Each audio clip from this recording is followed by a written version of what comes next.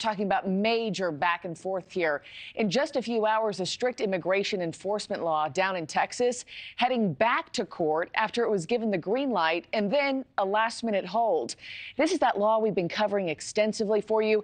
It would allow local police to arrest people crossing the border illegally.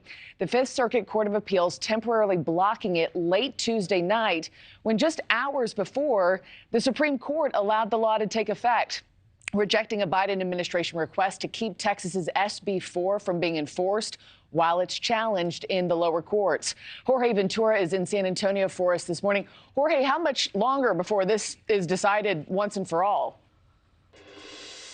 Yeah, Markie, it's just been a confusing back and forth when it comes to SB4. Some of our viewers might have gone to bed and SB4 would have been in effect. Now it's been once again put on pause. Now the Fifth Circuit Court will once again hear arguments on SB4 on whether it's constitutional and whether the state of Texas can even enforce it. Now this one law can not only redefine immigration policy here in state of Texas, but also nationwide. But right now, the Department of Homeland Security also making the argument that SB4 complicates their responsibilities, saying, quote, do not have the authority to take actions that assist in the enforcement of SB4, according to the role of local law enforcement. But many law enforcement officials from across Texas aren't so sure. Many of them say that this law could help contain the border crisis.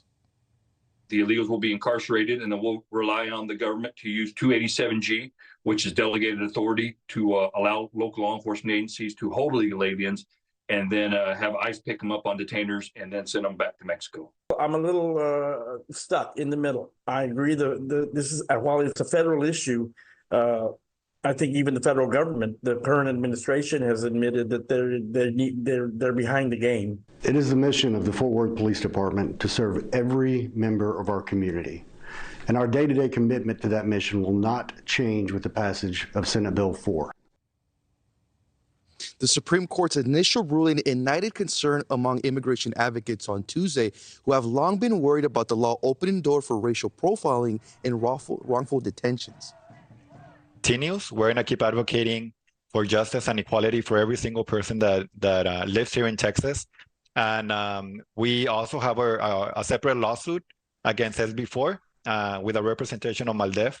So we're going to continue challenging this SB4 law in the courts in the coming weeks.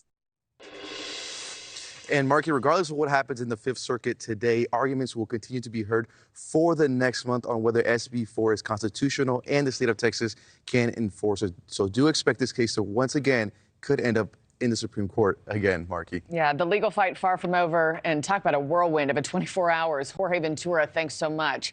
Thanks for watching, everybody. Go to joinnn.com to find NewsNation on your television provider. Also, don't forget to click that red subscribe button below to get more of NewsNation's fact-driven, unbiased coverage.